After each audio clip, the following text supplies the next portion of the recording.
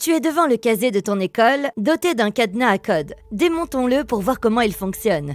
Tout le mécanisme est caché dans un boîtier métallique. La partie qui ouvre et ferme le cadenas est cette barre métallique incurvée appelée lance. Une extrémité est plus longue que l'autre et on ne peut pas la sortir du boîtier. Le collier de lance est attaché à son extrémité et suit lance lorsqu'elle se déplace. Lorsque le cadenas est ouvert, le collier repose sur le butoir supérieur et ne permet pas à lance d'être retiré du boîtier.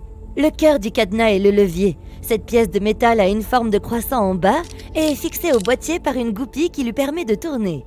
Le levier a une fente qui cache le loquet. Il est attaché au levier par un ressort qui le pousse dans la fente de lance comme un puzzle.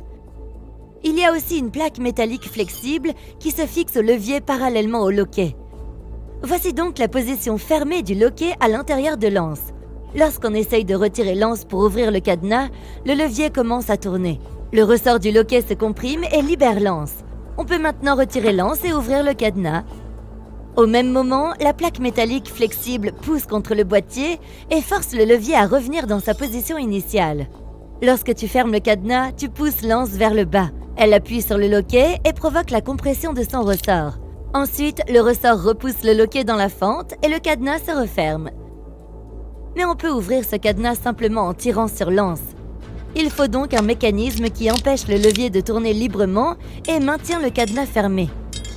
C'est là que notre mécanisme à combinaison entre en jeu. Il est fixé à la plaque arrière du cadenas. Il y a une goupille avec un ressort et 3 disques en métal avec des rondelles entre eux. Chaque disque a une encoche ovale et ce qu'on appelle des dents. Le deuxième et le troisième disque peuvent tourner indépendamment. Mais le premier est directement fixé à la molette à combinaison et ne tourne que si tu tournes la molette depuis l'extérieur. Mettons notre mécanisme à combinaison dans le boîtier. Le bas du levier est en forme de croissant afin que les disques ronds du mécanisme puissent y tourner. Le levier ne peut tourner que lorsque les encoches ovales des 3 disques sont alignées dans la même position. Maintenant, une extrémité du croissant peut tomber dans ces encoches. Tu tires lance vers l'extérieur et cela fait tourner le levier. Les encoches sur le disque lui permettent de le faire et tu peux tirer lance vers l'extérieur et ouvrir le cadenas. Mais si l'un des disques du mécanisme n'est pas aligné avec les autres, le levier ne peut pas tourner, car l'extrémité du croissant va buter contre ce disque. Tu ne peux donc pas soulever lance et le cadenas reste verrouillé. Tu peux donc actionner directement le premier disque du mécanisme à code, mais le reste restera en place.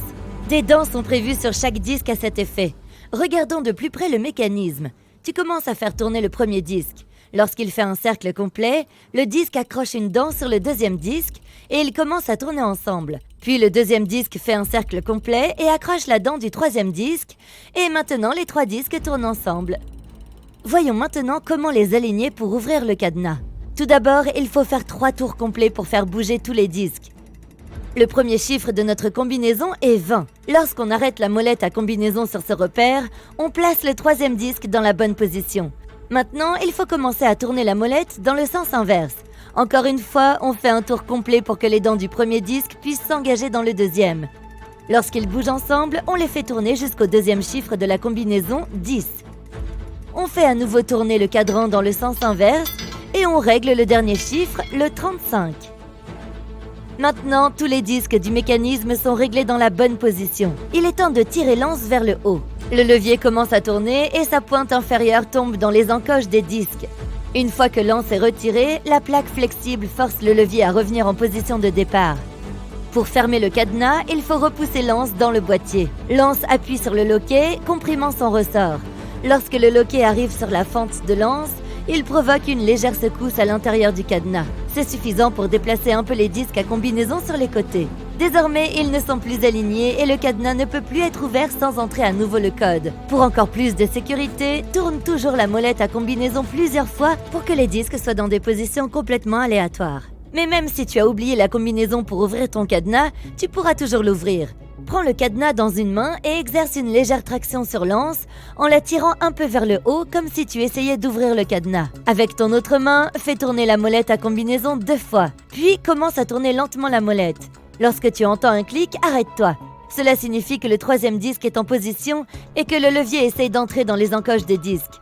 Note ce chiffre. Si le cadenas clique à chaque chiffre, c'est que tu tires lance trop fort. S'il n'y a pas de clic au bout d'un tour complet, c'est que tu ne tires pas assez fort. Une fois que tu connais le premier chiffre, commence à tourner la molette dans la direction opposée. Les règles sont les mêmes, une traction légère et une rotation lente. Note le deuxième chiffre. Maintenant, tourne lentement la molette dans le sens opposé. Une fois que le premier disque est en position, le cadenas s'ouvrira. Ainsi se termine la leçon de forçage de cadenas. Parfois, les fabricants mettent plus de 3 disques. Par exemple, il peut y en avoir 6. Tu devras donc aligner 6 disques pour faire tourner le cadenas. Cela augmentera sa taille, mais le rendra plus sûr.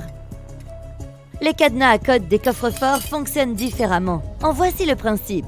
Il se compose d'une molette à combinaison, d'un ressort, de 3 disques avec des encoches, d'un petit trou et d'une barrière. La poignée du coffre-fort est reliée au levier, mais tu ne peux pas abaisser complètement la poignée car la barrière bloque la rotation du levier. Il faut donc entrer la combinaison pour enlever la barrière et abaisser la poignée du coffre. Lorsque tu fais tourner la molette, tu ne fais pas tourner la première roue, mais la dernière de l'autre côté du cadenas. C'est parce que les dents de la roue commencent à tourner le premier disque, les dents du premier disque font tourner le deuxième et ainsi de suite. Le premier chiffre de la combinaison est responsable du disque le plus proche de la roue. L'encoche sur le disque doit se trouver directement sous la barrière. On fait tourner la molette à combinaison dans le sens inverse pour placer le deuxième disque dans la bonne position. On inverse à nouveau le sens de rotation et on place le troisième disque dans la bonne position. La barrière peut maintenant descendre dans les encoches. Elle ne bloque plus le levier et tu peux appuyer sur la poignée du coffre et ouvrir la porte.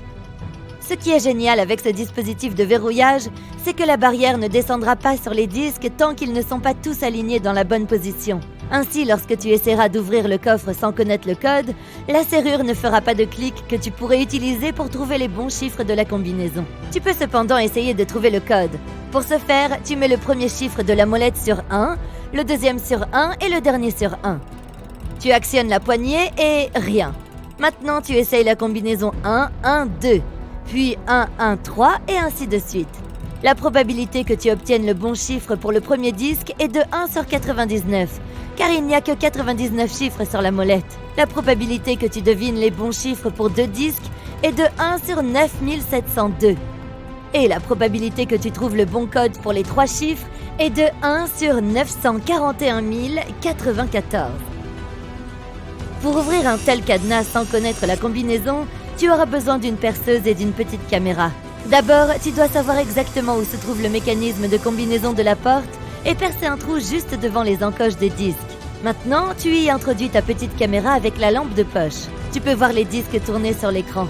Il faut tourner la molette jusqu'à ce que tu vois que le premier disque est dans la bonne position, puis le deuxième et le troisième. Mais percer un tel trou ne sera pas facile, car les portes des coffres-forts sont généralement faites de plusieurs couches de métal avec une couche de béton solide entre elles. Et si tu fais cela dans une banque et que tu te fais prendre, tu découvriras comment fonctionne le système pénal du pays où tu te trouves et de très près. Alors, première étape, trouve-toi un bon avocat.